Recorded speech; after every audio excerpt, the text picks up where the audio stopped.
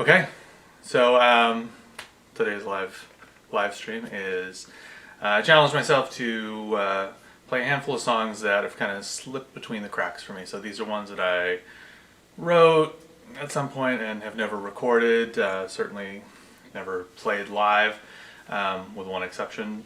And then I asked people to submit some questions, and I'll answer a handful of the questions that were submitted in between the songs. So, without further ado, this first song is the first one I'm going to cheat on my own rules with. This is a song called Broken Heart, which I wrote about the same time as Mad About You, so when I was about 16. Never recorded at the time. It did eventually get recorded on an album that nobody has, so but I've never played it live, and I haven't played it since recording it around 2000, so let's see how this goes.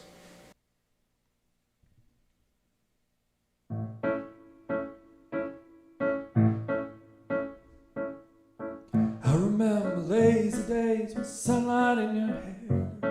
The little car that got so far was taking us nowhere.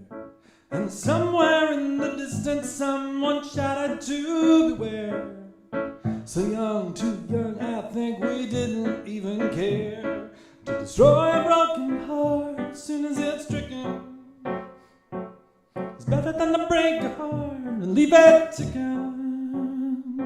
To destroy a broken heart as soon as it's stricken is better than to break a heart and leave it ticking. Afternoon with lights in the room, but precious little space.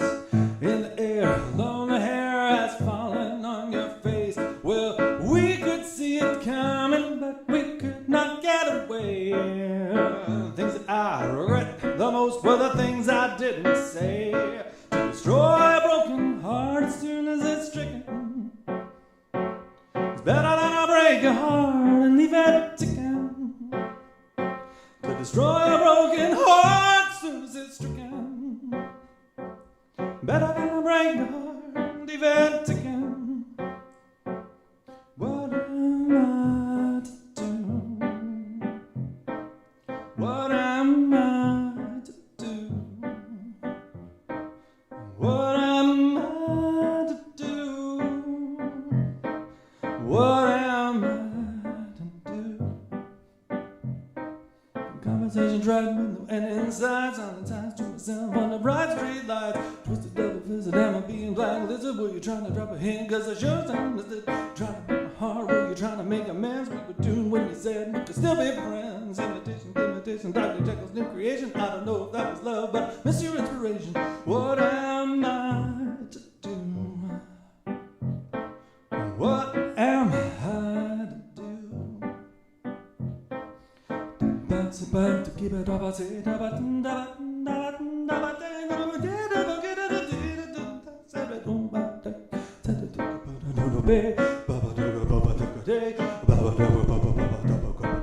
say it on, say it on, what am I to do? What am I to do?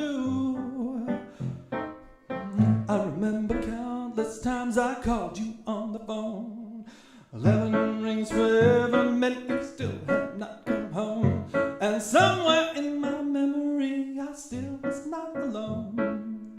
Think I got too anxious when I cursed the dial tone. To destroy a broken heart as soon as it's stricken it's better than to break a heart and leave it ticking. To destroy a broken heart as soon as it's stricken it's better than to break a heart and leave it ticking.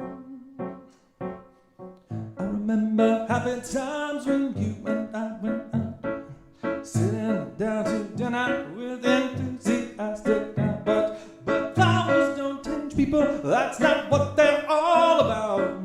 Does it help to kick and scream? It does not help to shout. To destroy a broken heart as soon as it's stricken better than to break a heart and leave it ticking. To destroy a broken heart as soon as it's stricken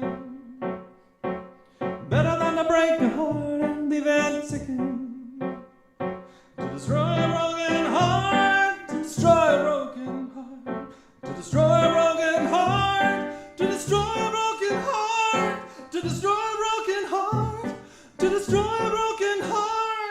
destroy a broken heart, to destroy a broken heart. Okay, so part of this challenge is I would have considered myself a better piano player than a guitar player. Those days are long gone, and I'm always rusty. But I thought, hey, I love playing the piano, and most of these old songs were written on the piano, so I'll be stretching that muscle as well. Okay, let's see about a question. Okay, Ben. Ben asked, do you have a love story about your first drum? And I have far too much love, affection, and nostalgia for all the drums and most of the equipment I've ever owned. But in particular, when I was young, the first drums that I got were a stencil kit. So it was something that was made in Taiwan or Japan that's machined as pearl or machined. And I still have a lot of affection for good stencil kits. They're usually pretty well made compared to current starter drum sets, and they sound great, they age well, they're kind of fun. But one of the first snares that I bought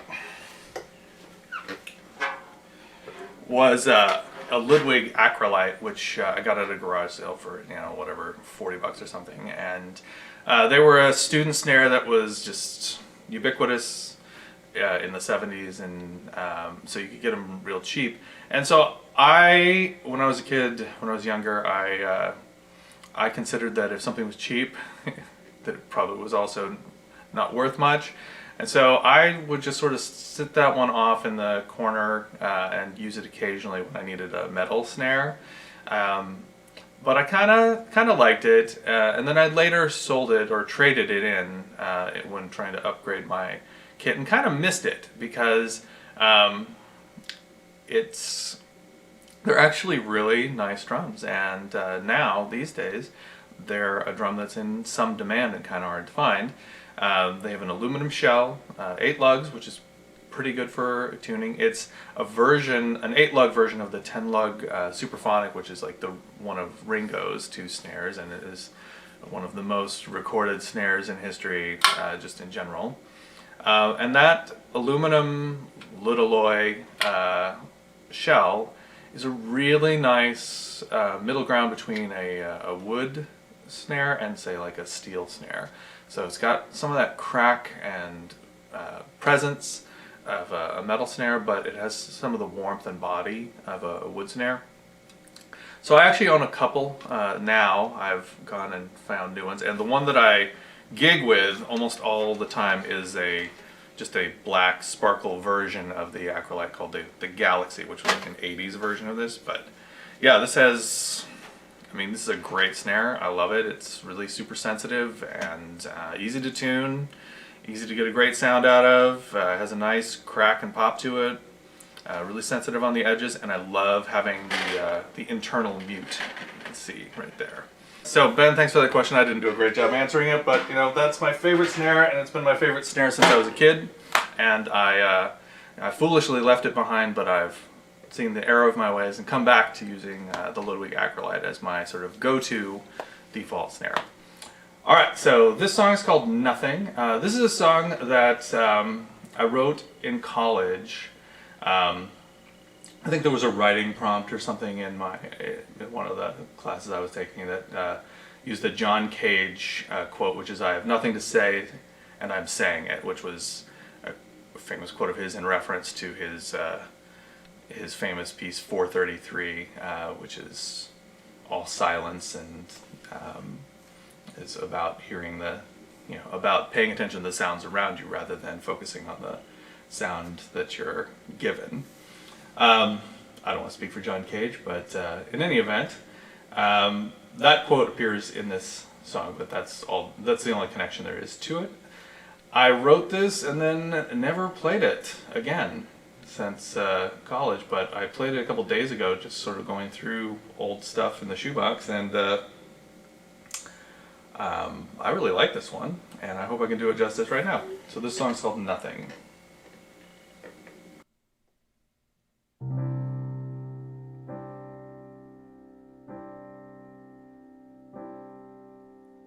I don't know if I don't know your name.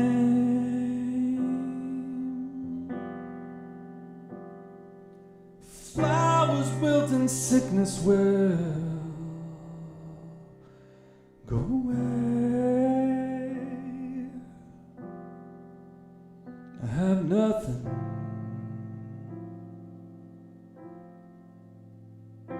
to say, and I'm saying it.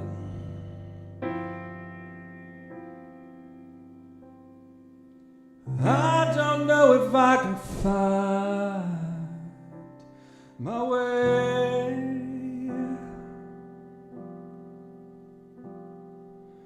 Maybe it will be revealed today.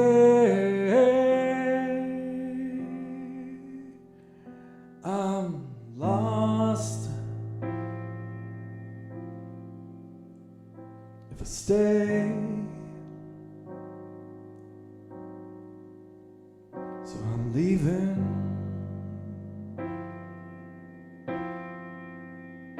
Oh, words are like daggers I turn on myself. Sorry is useless, a curse in itself. I'll just abandon and go somewhere else. Oh, I don't know if I can see this chain.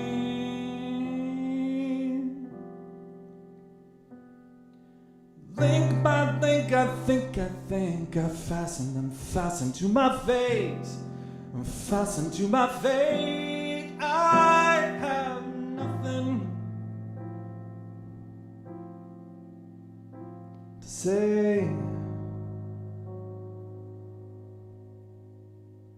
and I'm taking it.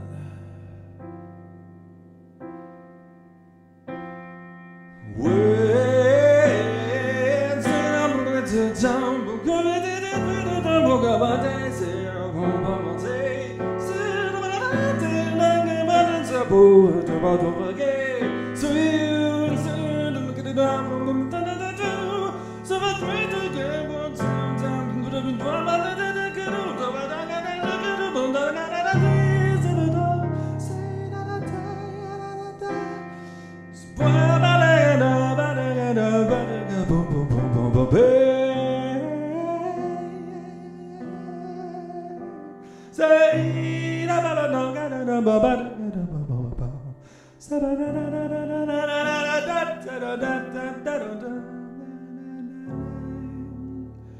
Something compose on say.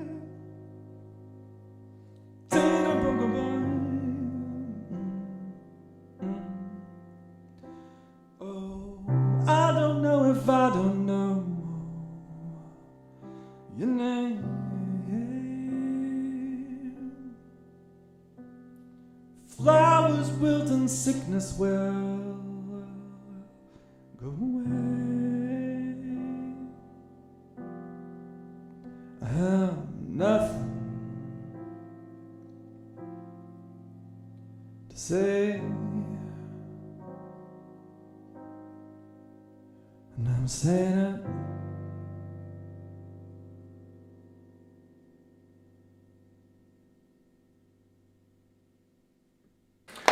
So Kevin asked, what's the first song I ever wrote? And then wants to hear it, of course. That would make sense. So the next one I play will be the first song I ever wrote, and it's called It Don't Come Easy. And I'm sure that if you listen real super close, very close, you can hear the telltale influence of all the Motley Crue and Def Leppard that I was listening to at the time. I wrote this when I was 13. But in all seriousness, I'm kind of glad that I dusted this one off, because I have not played this since, you know, about the time that I wrote it, and I've long dismissed it as understandably not very good. That, you know, it's rough around the edges. But actually, you know, I think that I may have matured a little bit as a performer since I was 13, and I think I can actually kind of do this justice. And in running through it, you know, it's not the worst thing I've ever written. I should have practiced what I was going to say, but here we go. This one's called It Don't Come Easy. This is the first song I ever wrote, and this is its first public performance. It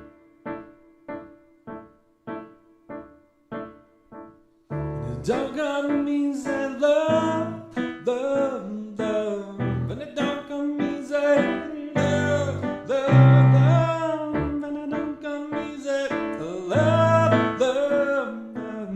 And it don't come easy, love, love, love. Love sinks its teeth into you. Takes the first bite. Love's not another hunger for night. Love sinks its teeth into you, takes the first bite. Love's not another hunger for night. Love took me down underground, and it don't come easy, love, love, love, and it don't come easy, love, love, love, and it don't come easy, love, love, love, and it don't come easy, love, love, love. You got a fire in your eyes. I think it's made me nice. Don't stop to get back to the party. Hey, and I don't come easy, love, love, love. And I don't come easy, love, love, love. And I don't come easy, love, love, love. And I don't come easy, love, love, love. When I saw you alone there, my heart leapt inside. It was more than I could bear. I wanted to hide. I felt like a clown, wearing a frown. And it don't come easy, love, love, love. And it don't come easy, love, love, love. And it don't come easy, love, love, love. And it don't come easy, love, love, love.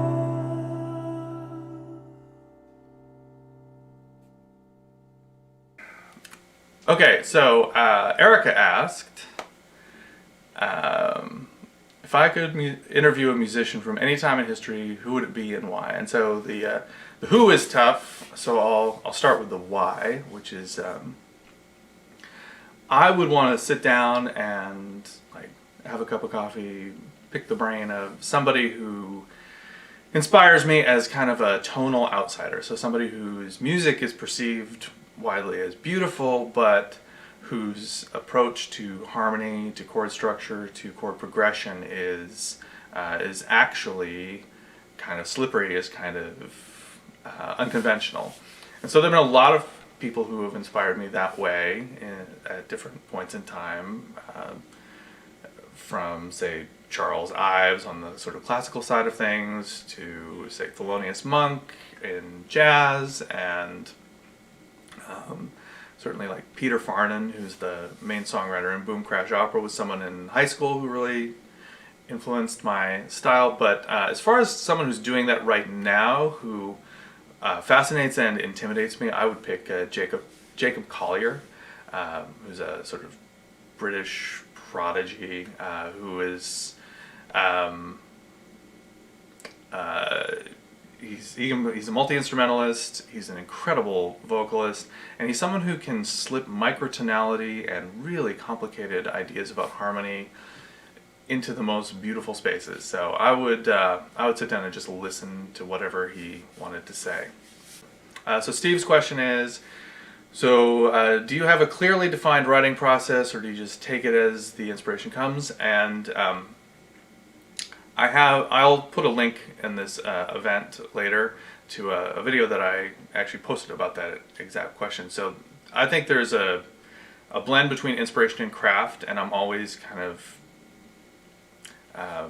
rebalancing where that is. I find that I need to make a habit out of, I get into like long songwriting ruts if I don't make a habit out of the craft of trying to pluck things out of the ether and have enough little bits lying around that I can start to pull from them. But usually there is some kind of a balance between inspiration and, you know, something just comes to you. A lot of times when I'm jogging, that's when I'll start to just sort of turn an idea, either a melody or some words over in my head and kind of work them out. But as I'm going, yeah, something has to come along, but then you got to craft it.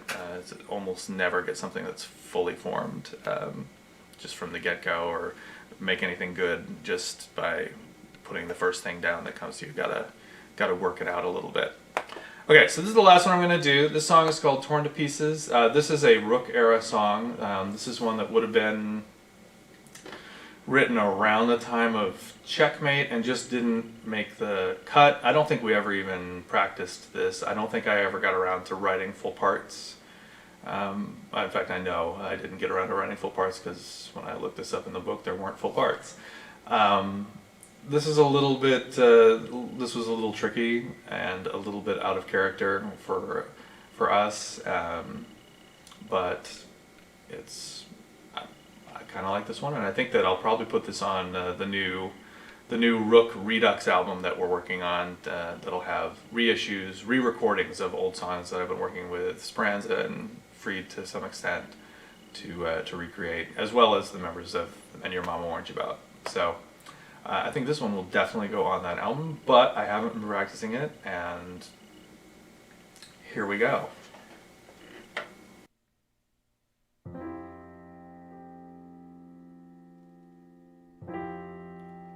All my love for you will fade, 'cause I won't wait for you until the end of time. Patience is no virtue when you're not mine.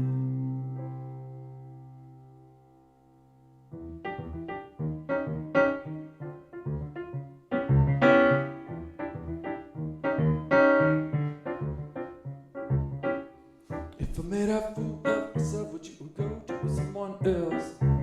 Would you shut me up in the box and confine me with this lock?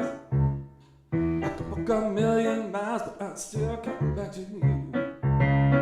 Everything is out of order and I don't know what to do. Tear my heart to pieces, I don't need it without you. Tear my heart to pieces, I don't need it without you.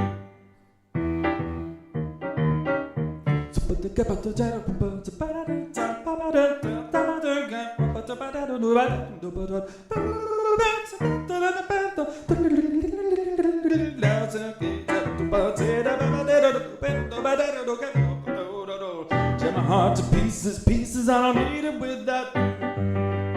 Tear my heart to pieces, pieces, I don't need it without you. Tear my heart to pieces, I don't need it without you. Tear my heart to pieces, I don't need it without you. If I told you one more time that I love you like a crown, would you tell me what I could do to get in close to you? I could walk a million miles, but I'd still go round and round. Everything Everything is temporary, but they hang it upside down. Tear my heart to pieces, I don't need it without you. Tear my heart to pieces, I don't need it without you.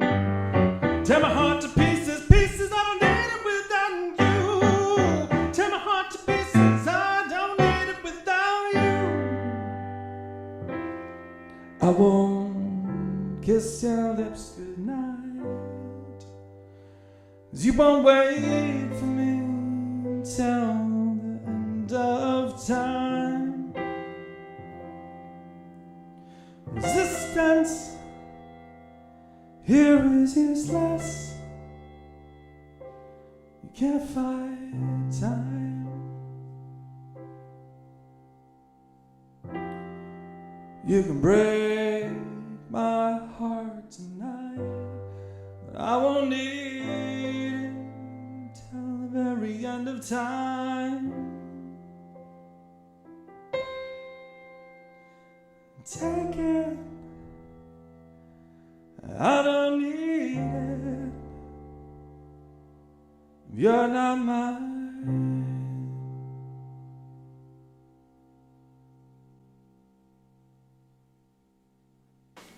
All right, thanks guys. Thanks everyone for sticking around, and